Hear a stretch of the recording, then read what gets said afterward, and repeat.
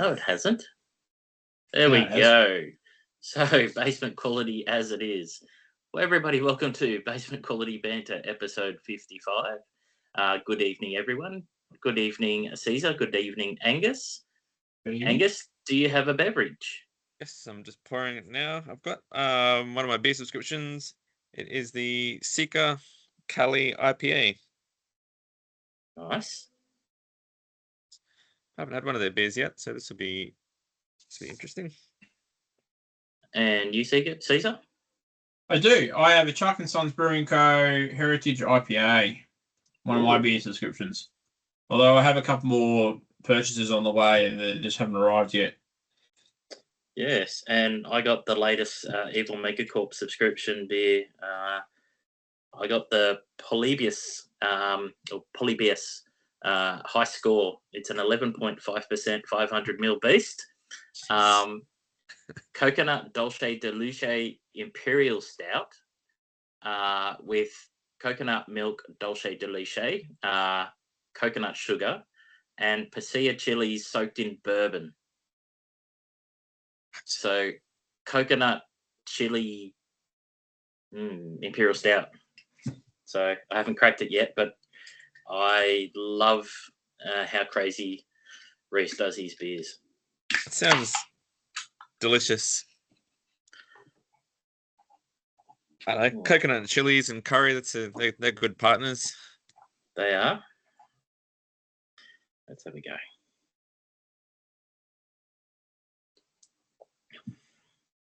Oh, wow. They're sort of a coconutty caramel with a little bit of chili. Yeah, that's but it finishes dry like coconut water does. It's got that sort of real sharp drop off. Yeah, that's amazing. I saw he put up pictures today that he's bought, tens of kilos of carrots. So there's something with carrots coming in soon. So I don't know if it's going to be like a carrot cake. So it'd have to be something like we'd think of a carrot cake stout, but knowing the way that Reese is, it'll be a carrot cake pilsner or something crazy. Yeah. Carrot cake white IPA. Oh, well, actually, it won't be white because it'll be orange. If you could go a carrot cake red IPA and just have a sort of reddy orange hue to it. Yeah. Call it Sunset IPA or something. What's up, Doc? Okay, so as requested last week, podcast news. So just thought I'd do a little stat update. Our Facebook group has 223 members. The Facebook page has 112 followers. Spotify plays are 1,064. Episode 44 with Matt Kierkegaard is the top episode on Spotify. Our audience is 27.4% female and 72.6% male, which I thought was interesting and lovely. That's 26.4% more than I would have thought. Our biggest age demographic is 45 to 59-year-olds at 49.8%. The next is 35 to 44-year-olds at 43%, and 28 to 34-year-olds, 6.2%. The bit that worries me is the 0.2% under 17. They're probably people who haven't entered their date. I do say that the potty's not for people under 18. And country. So 73% of our listeners are from Australia, 13.4 from the US, 5.8 from Vietnam, 0.9 from Japan, 0.7 from Russia, 0.5 from the UK, and 0.5 from South Korea. That sort of changes week to week. It just sort of depends on where the potties land and what we're talking about. But I know Spotify does a wrap at the end of the year, and we had some. I think did we have Guatemala or something? Was our biggest one last year? Isn't that what kicked off the kind of around the world with Angus? It did. We had one of the weird countries. I'm like, okay, well next week I'm gonna look into it. Yeah. YouTube plays 616 plays, All of these numbers are ones of people who have listened to the whole episode, not just a bit of it. Episode 29, FAF, was the top episode on YouTube. And yes, your son was correct. We have one episode with 0 full plays. Sad. As my son would say, sad. Sad. Apple Podcast, they're not as open with their analytics. It just has 300 plays on Apple Podcasts. So far, earnings of the podcast are $0. But we have had some sponsored beers from great guests, and we've had some really good chats. So that's where we're sort of sitting after 54 episodes, this being 55. So yeah, not too bad.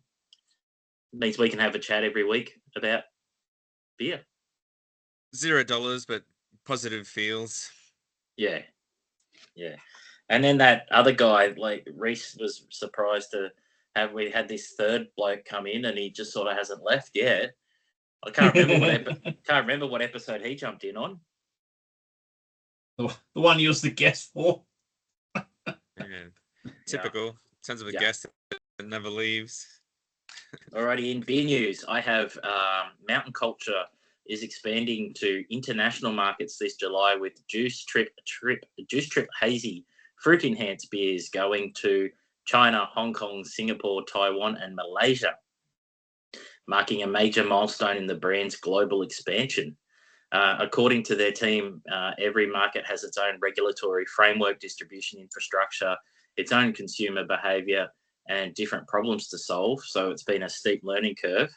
But they said they've spent time on the ground in each of the markets and building relationships with partners there.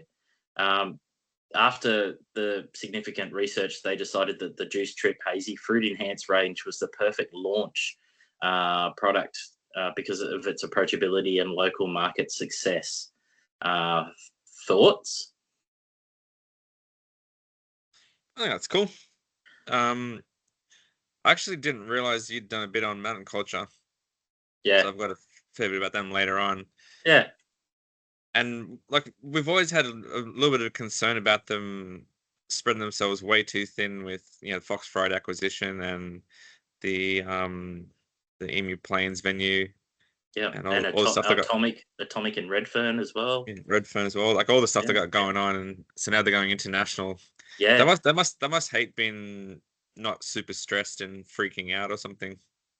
Just and a hazy a fruity hazy beer, exported to hot countries, like Malaysia and Taiwan, Singapore. Makes sense. Yeah. Obviously the product's stable and it's still getting there in good condition. Yeah, it's an interesting one. That's interesting. So did you find out whether it was going to be cold exported or just straight shipped? It didn't say anything about cold chain logistics, but I would highly doubt that it would be. That would be ridiculously expensive. Yeah. They don't do it Australia wide. They don't do cold chain logistics with their beers, and they hold up pretty well. So obviously the products are stable enough. They did mention in the story that a lot of export or imported beers into those regions are mid-strength lagers. So they're really trying to buck that trend and go with these huge fruity Aussie beers. So for everyone that's, as we've mentioned quite a few times on the podcast, everyone's downsizing and watching their pennies. Mountain Culture are sort of bucking the trend and really doing some different stuff. And all the best to them, I guess. Yeah, 100%. Yeah, I mean, it doesn't make much point exporting yet another mid-strength lager just to compete with everyone else who's already importing them. So yeah, and that's Mountain Culture, right? They always kind of push your envelope a bit. Yeah, point of difference as well. Yep. My next one was Schlitz Premium in the US. So one of America's most once dominant beer brands is being discontinued after more than 175 years. The beer brand traces its roots back to Milwaukee in the 1840s and was once one of the largest breweries in the country, being put on hiatus permanently by parent company Pabst, confirmed Friday. And they said they would brew the beer's last batch later this month. Basically, they were saying that increases in costs and storage, shipping, they've just put Schlitz Premium on hiatus. The head of branding and strategy said to the Milwaukee Magazine, any brand or packaging configuration that's put on hiatus is still a cherished part of the history and hopefully our future. So they're not going to sell it, they're going to keep it, and they will hopefully bring it back. I'm not sure if the States have got the same rules we do here with trademarks, where it has to be used within 20 years, otherwise you lose it, sort of thing. The Schlitz brand became famous for its long-time slogan, the beer that made Milwaukee famous. And it was once the largest brewery before Anheuser-Busch took it over in the 50s. It was originally founded in 1849 after Angus Krug opened a tavern brewery in Milwaukee, and Joseph Schlitz later took over the business after marrying Krug's widow. So took the wife and took the brewery as well, and then made it into one of the biggest brands. Schlitz rose to prominence after the Great Chicago Fire in 1871, similarly to Pabst. They both did really well because Chicago residents struggled to get access to clean drinking water, so they just drank beer from Schlitz and Pabst. It began losing popularity in the 70s after a cost-cutting recipe changed the beer's flavour. The brand was later sold to Stroh Brewing in 1982 before Pabst acquired it in 1999. They wanted to give it a proper farewell, and May 23 is when they're going to brew the last batch that'll be released for schedule on June 27. So there lots of breweries and bars are doing farewell events for Schlitz, which I don't think I've ever tried. But sad to see one of the 175-year-old brewery go, and it seems to be the way that it's going in the States as well as here. Very sad to see it go. Have either of you tried it? To be honest, I've never heard of it. Yeah. So, used to be one of the biggest, apparently. Angus, you had what did you have? Oh, Hoppy Days Brewing Supplies. Yeah, that sounds pretty cool. Hoppy Days have started their adventure series, so they're collaborating with brewers in the greater Brisbane area to produce homebrew recipe kits with full instructions on reproducing a commercial beer. Sounds pretty cool. First brewery to offer up their recipe to be absolutely ruined by homebrewers is Slipstream, with a recipe pack for their Billy Cart Mid Pale. I'm not sure if I've ever tried this beer before, but I would never have picked Black Forest Rye as a typical mid-strength pale ale ingredient. It's not. Really stood out to me when I read that recipe. Yeah, I'm sure I've had Billy Cart many times. Yeah, and I'm sure I would have. Yeah, but I'm surprised that Black Forest Rye. It must only be a small part of the specialty malt. Yeah.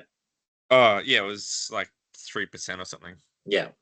Wasn't much. It's like pretty powerful flavors. Still cool though. Yeah, it's pretty cool. The other thing that stood out was diacetyl stripper, which is a step they add in with the dry ferment, the ferment dry hop, which I've never used that stuff, but then again, I don't make big massive hazies or NEPAs, so hop creep has never really been an issue for me. Mm-hmm. Yeah, reading the ingredients, there's a lot of New Zealand hops, so it's going to be a tasty bugger. It'd be really cool if they take a few samples over to Gav and the team and see how it shapes up. They could make a night of it, like Billy Cart night or something. Yeah, I mean the recipe is such a small part of making a beer. It's all in the ferment. Like you're just making sugar water basically. but it's all in the ferment where things can go really right or things can go really wrong. Oh, just your oxygen control and temp control on the cold side. Your packaging, oxygen ingress, things like, you got to get your carb right. So, what do they say? Hot side for show, cold side for dough. Yeah. Mm-hmm. And that's all the beer news I had.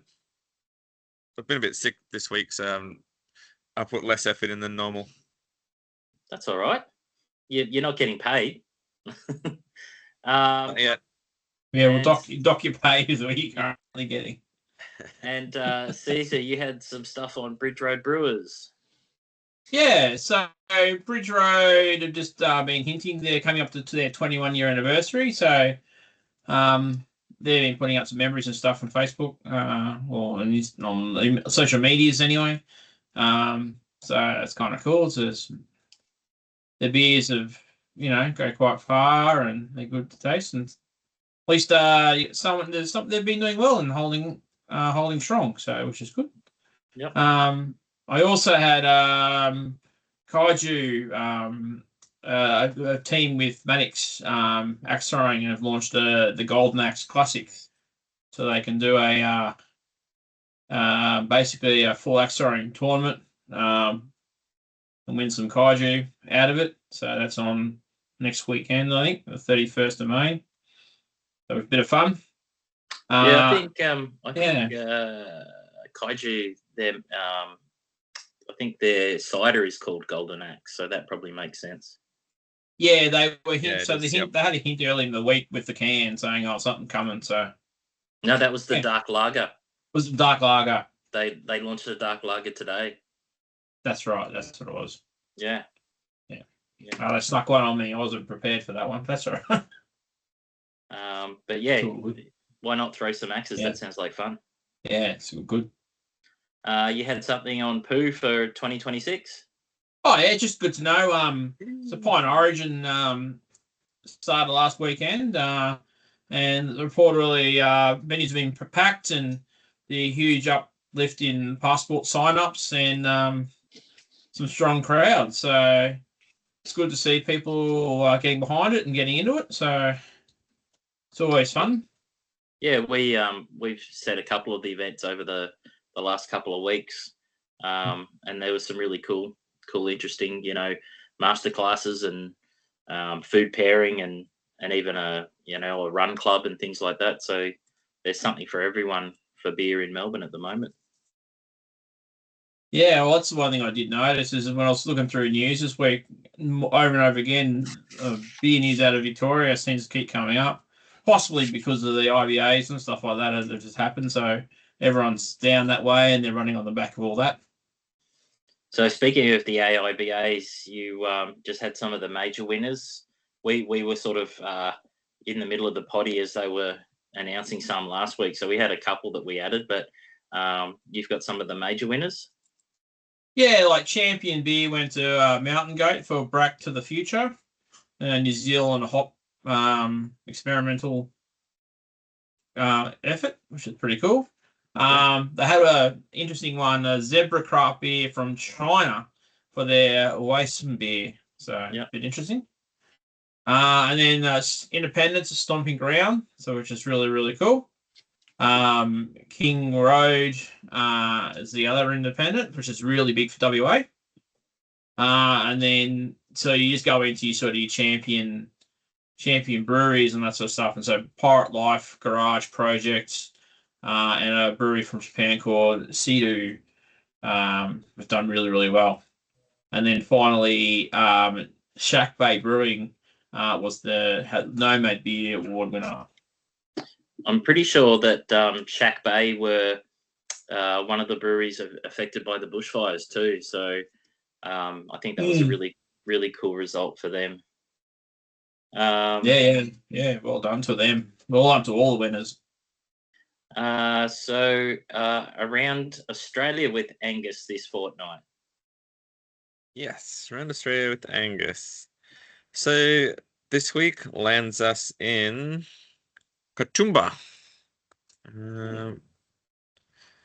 So, getting distracted. I did think of some other beer news. Oh yeah. Maddock opened their on-site Belgian kitchen last weekend, which I forgot about. So that opened last weekend. So another reason for me to get down there, besides stocking up on Reynards and Noble other stuff. I saw a post from them today. Jimmy was at the airport. I don't know what that was alluding to, but I didn't get a chance to look into it. That was a weird one, wasn't it? No context, no information, just Come on, Jimmy, at least give us something. He's running away. Yeah. All right, around Australia with European Angus. summer. Lands us in Katoomba this fortnight. So Katoomba was originally named the Crushers after a local stone quarry, but it was later renamed Katoomba, derived from the Aboriginal word Kutumba, meaning shiny falling waters, which I think is a pretty cool name. Yeah. Situated right in the heart of the Blue Mountains, it's well known for easy access to all the trekking and walking you can poke a walking stick at in the Blue Mountains, outrageous scenery and mountainous backdrops. It's a short distance to the Three Sisters, the iconic sandstone rock formation, and direct access to the giant stairway which connects you down to one of the sisters. Katoomba itself was once a very busy coal mining town, kicking off around 1870 in the Jamison and Orphan Rock valleys. And there's still plenty of leftover buildings and things these days from the coal mining there. And that coal mining also led to the creation of what eventually turned into arguably Katoomba's most famous tourist attraction, a gravity-fed cable car operating at 52 degrees. So if you think about your old tractor in the school days, it's 45 degrees. So you got cable car running at about that angle. You can still ride it, can't you? Yeah, so now known as the Katoomba Scenic Railway, it is known as the steepest passenger railway incline in the world. Oh. So beating off the Swiss and all those European guys. So that carried the coal and shale from those valleys up the sheer cliffs to the main railway for transport. And upon official closure of the mine in 1945, the site was purchased by the Hammond family, and it was converted into a tourist attraction featuring rides in the coal cars. And it expanded out to now offering 3 different rides, and all of them look pretty crazy. Again, must be operating at that 50 degrees. There's a cool animation on the website with there's 2 rides up from the base from the valley, and then there's another one running along the top of the cliffs. So it looks pretty cool. As an aside, the shimmering blue haze you quite often see in photos of the Blue Mountains is not pollution or smoke. It's an optical illusion created by light diffraction from the evaporating eucalyptus oil from millions of gum trees in the region. That is something I didn't know. That is very cool. Hence the Blue Mountains. So there you go. It's eucalyptus oil. And that's why you don't want to have a barbecue there. Yeah, or you might start yet another bushfire. Yeah. But for us beer nerds, that all pales into insignificance compared to its main point of attraction for us, Mountain Culture Beer Company, named as I think it was a few years ago, named as Australia's #1 brewery. Now features sites in Katoomba, Melbourne, Redfern, and Emu Plains. I think I missed the Tasmanian one there. Opened in 2019 by DJ and Harriet McCready as the first brew pub in the district. They hit an immediate crisis known as COVID-19. So only months after opening, the entire world shut itself and closed down, forced into lockdown. So they very quickly changed focus from being a brew pub and on-premise to packaging and distribution. And that very quickly led to national distribution. So yeah, that would have saved them from going under during COVID. What else? A bit of a timeline. So July 2023 saw them commission their new 50 hectoliter brewing system that allowed them to brew in one day what they previously brewed in an entire year. And that was another reason for I think it was the Emu Plains as a production facility. Pat Cummins, the Australian cricket captain, recently came on board as an investor. Mentioned just before, they acquired Fox Friday, which provided expansion into Melbourne and Tasmania. And yes, it's finally time to mention Status Quo, their award-winning pale ale, taking out Gab's Hottest 100 4 years in a row from 2023 to 26. Placed them in very special company themselves. No one else has won Gab's 4 years running. So it remains to be seen whether the status quo remains and they retain their trophy in 2027. Well, I don't think they will, because news from Gabs this week said that they're not running the Hottest 100 next year. Well, it's years running, so they could run it in 2028, win it, and they still would win it 5 years running. Yeah. Technicality? No, very cool. I love a technicality. I think it's really cool. DJ, of course, was started at Oscar Blues in the States. Came over as the head brewer for Modus Operandi, and then went out and did his own thing with Mountain Culture. And in the old Civic Video shop that was. That's why it's Be Kind Rewind is one of their beers from the Civic Video days when we used to have to take our VHSs back. And then they, like you said, the expansion down. I think they've grown twice at Emu Plains. They took over the Gage Roads Atomic site at Redfern. They went into a partnership with Wildflower in Marrickville.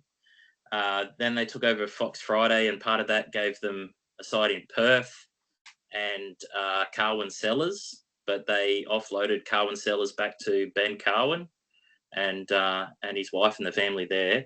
And I'm pretty sure someone else picked up the site in Perth. But still, you've got brew houses in Emu Plains, Katoomba, Redfern. I'm not sure if the Redfern is brewing, and then the Tassie one as well, and the Melbourne site. So, like we were mentioning before, and we've been worried because we thought they were spreading themselves too thin, maybe going too big too quick. But now, our first story of the night, they're talking about international distribution. So, obviously, they have a plan, and I hope it works for them. Yeah, fingers crossed it does well. Be good to get it out there to the rest of the world. Yeah. Hopefully it travels well. I'm sure there will be an international formula to allow for that. Yeah. I haven't had a bad Mountain Culture beer. I always rate them really high. I had the double red IPA. I did a head-to-head with the Modus Operandi former tenant because they're both his recipes. The colour was amazing, but the Mountain Culture won out on flavour. But the colour was nearly identical. I like it. I've mentioned a couple of times their use of Sabro has really turned my thought of that hop. They really work Sabro into a lot of beers really well. But yeah, Milk People, Be Kind Rewind, Status Quo is good. Cult Juice, the Juice Trip of the one they're going to send overseas. I had what was their 10th? I had a Barley Davidson barley wine they did. That was really cool. I was about to say, didn't they have a big barley wine or something dumb?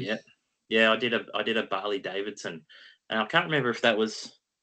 It can't have been 10th birthday. It was 10 something. But yeah, they always do a beer for their 100th beer, 200th beer, things like that as well.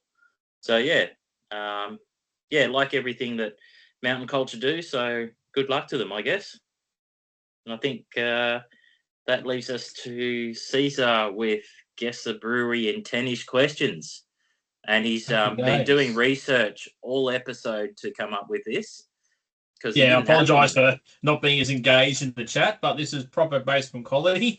I'll caveat by saying I thought I had a work from home day, and I even though I definitely do work at home. I thought I had more time to prepare for this, but I ended up getting a call in to cover for someone who was sick. So to a unique site that I haven't been to for ages. So I'm a little bit behind, but that's all right. I have something.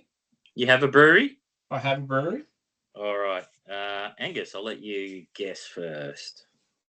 Is it a New South Wales brewery? No. That's a wasted question. Is it a Queensland brewery? No. That's another wasted question. All right. Is it Australian? No. Oh, Jesus. Lucky we didn't guess all 7 states then. Like, normally you start that. It's like, okay, nope. Bugger. Is it a Kiwi brewery? No. Oh. You're just going to have to ask where it is. Yeah, it's a Japanese brewery. Jeez, like Japanese brewery. That narrows it down. You're up to 5, by the way. Jeez. Is it still independent? I believe it is.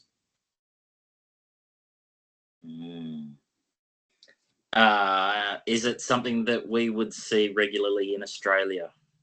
No, not regularly. Not regularly, so occasionally.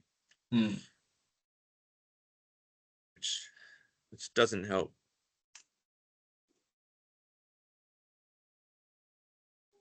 What style of beer would we see in Australia then? From this one, you'd probably be more likely to see a German style.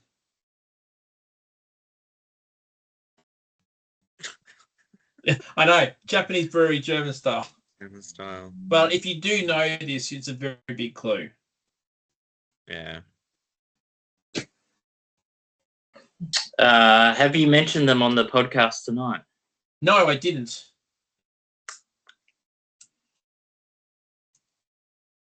German style.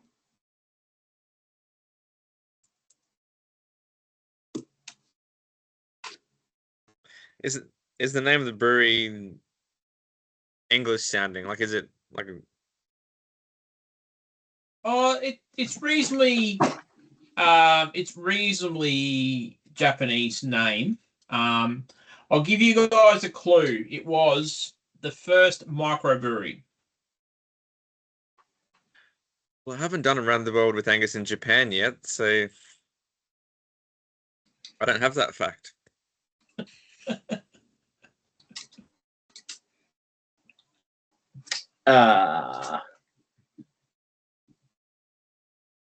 Thinking maybe like a taro beer? A taro. I don't believe it's called a taro. That's in Hokkaido? No, it's not. I'm not a taro.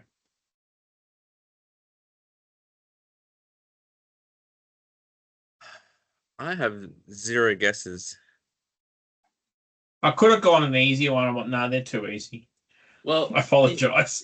In Japan, I'm thinking like Sapporo, Orion, Kirin, Asahi. Yeah, the big 4. Yeah. So none of them are independent, so that's kind of why I asked that, to rule them out. I think Sapporo still is, but yeah. Is it? Yeah.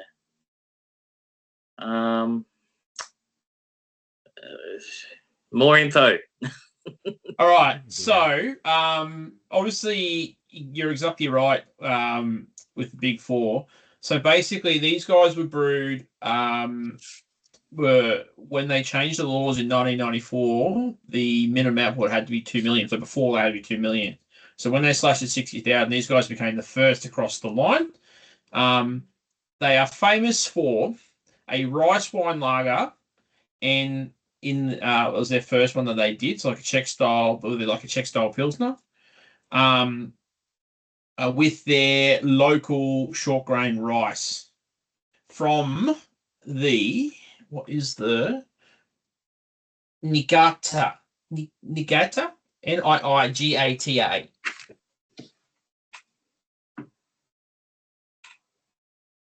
Have you just picked something that we would have never seen? I tried to find something with a unique story. I did cheat a little with ChatGPT, and I did ask it for Australian. You're able to purchase it in Australia. I do apologise if it's not available in Australia. I haven't had time to fully look it up. Ginga Coke and Komugi beer? No, I've just searched for that. Oh, that's fine. It's got a German Hefeweizen for Ginga Coke and Brewery. Not quite. So apparently in Australia, you can see a goat on the can because the founder fell in love with German beer while working as a stage actor in the 70s. Made a German picture book with a male goat on it. I feel like you give me all the clues you wanted, and I still wouldn't know. No, that's fine. If you're happy, I can give it to you. Not like not Bayenmeister. No. So it's called Ichigo beer or brewing. Okay. So ECHIGO. So apparently the first microbrewery. I gave you a lot of information. So and they have a Koshihari. So it's KOSHIHIKARI. It's the Australian one, but they also make sake, which is okay.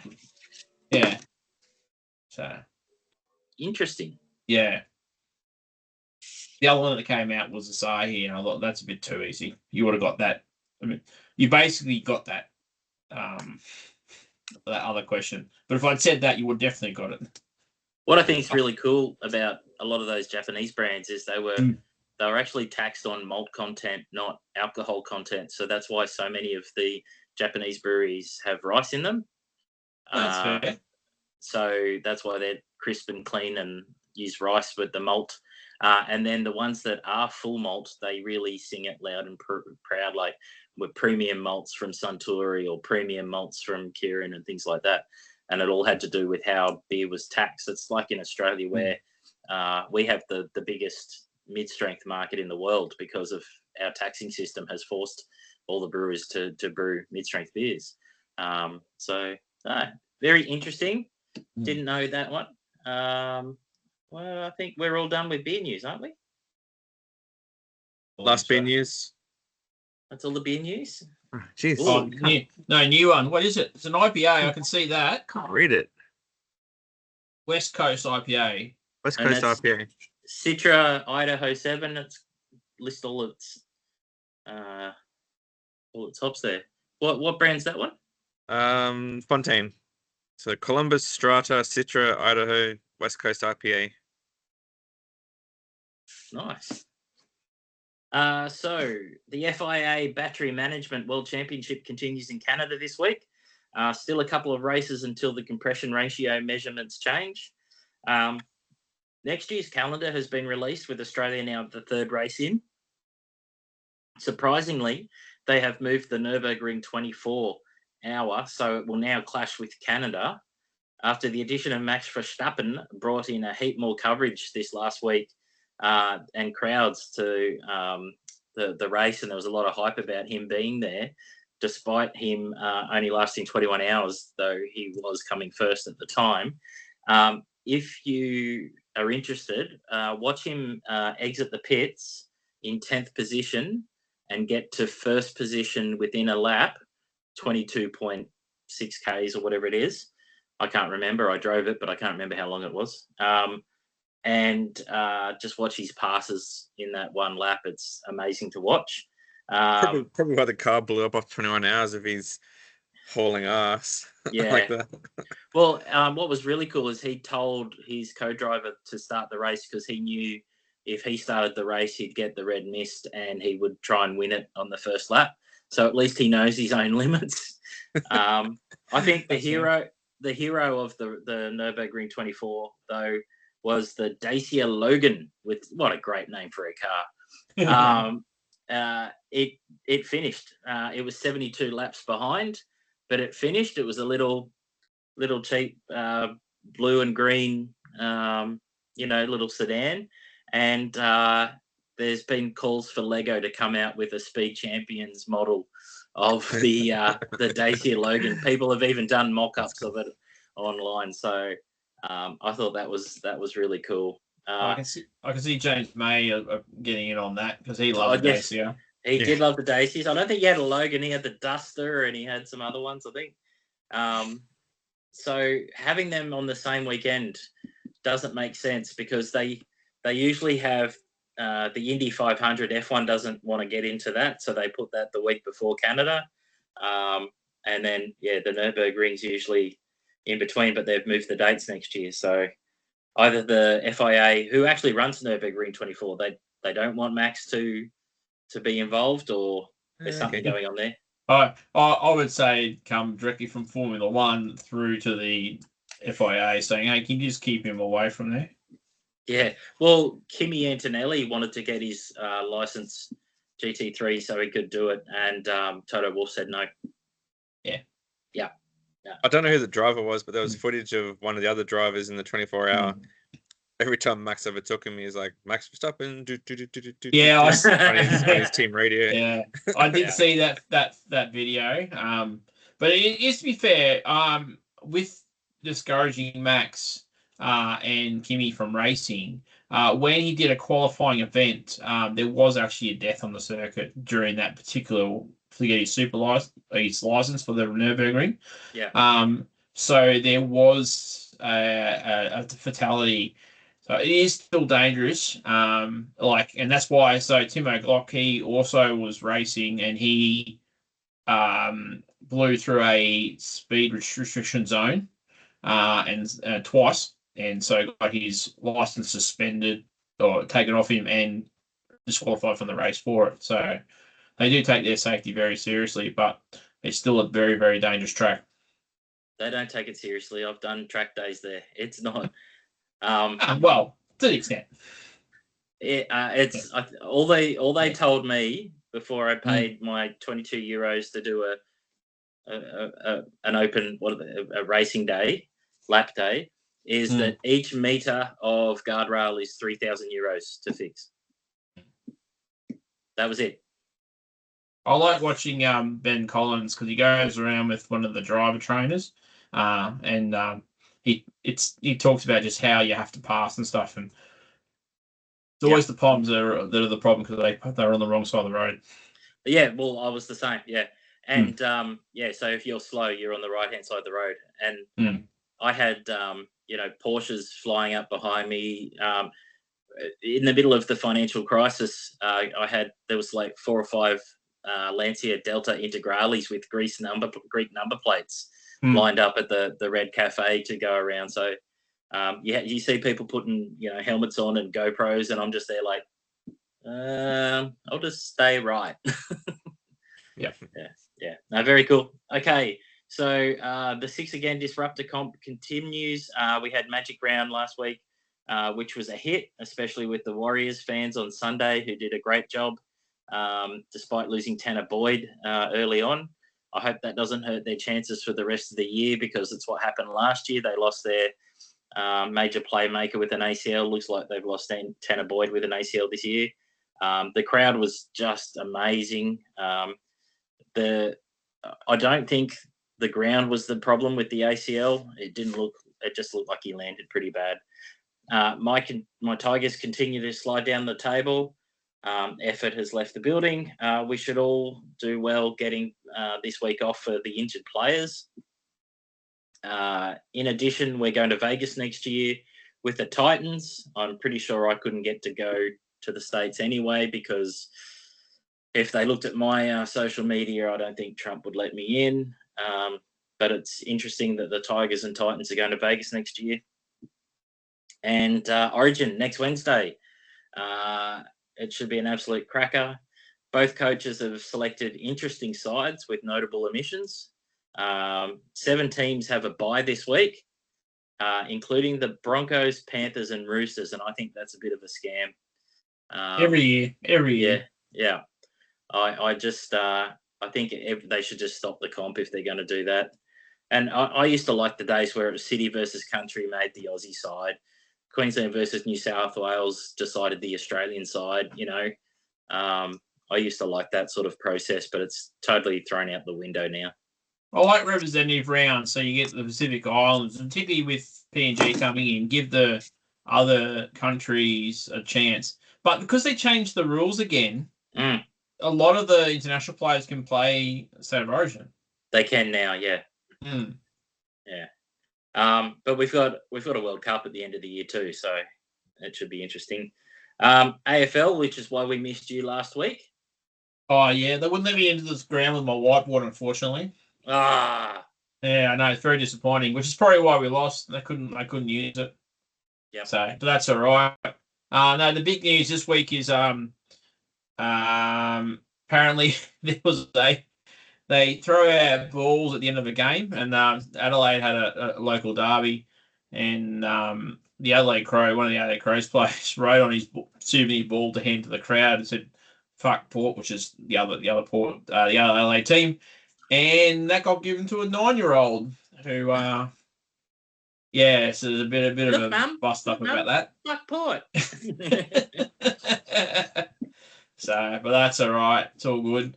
They released some of the injured players for each team, and Brisbane, my team, is right up there. So we had a pretty bad loss to Geelong last week, which didn't help because we don't play in the rain, and they train in every week, so we didn't do well. But we're up against the Giants this week, so we should do fine. And we'll see how we go. Yeah, nice. And how's Super Rugby? How are the Reds? Are they still in the 6? You muted, mate? Yeah, I had a plane going over. The Reds are hanging on by a single fingernail to 6th place after losing to the Western Force on the weekend. They had a bit of a comeback at the end, but got denied right at the last minute. Kurtley Beale, despite his age, pulled off a game-saving turnover. So that was a bit of a disappointment. So they're still in the contention for the finals. 6th place just squeaks them in.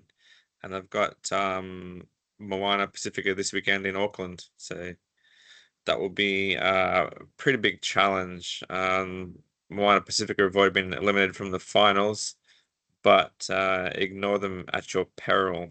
An outrageous backline and the return of their playmaker Patrick Pellegrini means that they're at risk of scoring from anywhere at any point in time. So that's a bit of a risky game for the Reds. Moana are also playing their last game. They're not in Super Rugby next year, so they'll be looking to go out on a high. So I did hear stories about a private company trying to buy them. Is that too late now? Are they still out? Yeah, I haven't read up on that. I heard that recently as well, but I haven't read into that. So yeah, I don't know. I'm sure if the money was there, they get their license renewed, and they've already got the ground access, obviously. So as long as that continued in 27, I guess. Yeah, I hope something comes around for that one. Yeah, I think it's been really good for the Pacific teams to get teams in the Super Comp and get consistent game time against the other Super Rugby clubs. So it can only be good for their home rugby. Yep, 100%. I think that brings us to the end of episode 55. Again, thank you everyone who's been part of those stats that I read at the beginning of the potty. If you want to be involved, send us a message, send us a shit post, let us know what you think. Send us beers. We'll talk about it. If you want to jump on and talk about stuff, we're quite welcome to accommodate that. Thank you very much, Caesar. Thank you very much, Angus. And we will wrap up Origin and the week in beer next Thursday. Right. Yeah, post Origin hangout. We'll see how we go. I start work at 7 a.m. on Thursday, so I think that I'm glad I got Wednesday off to watch the game, but I'll be having some Pepsi Maxes, I think. Yeah, I've got another unique site to go to on Thursday, so that's going to be interesting. But it'll be fine. It'll be all right. Yeah. The bigger issue for me will be the World Cup games that are at stupid o'clock in the morning that are coming up. Yeah, and F1 too. Yeah. Oh yeah. Canada is just yeah. All good. Is what it is. All righty. Cheers, gentlemen. All right. Cheers, boys. See you later. Thank you, everyone. Bye. Enjoy.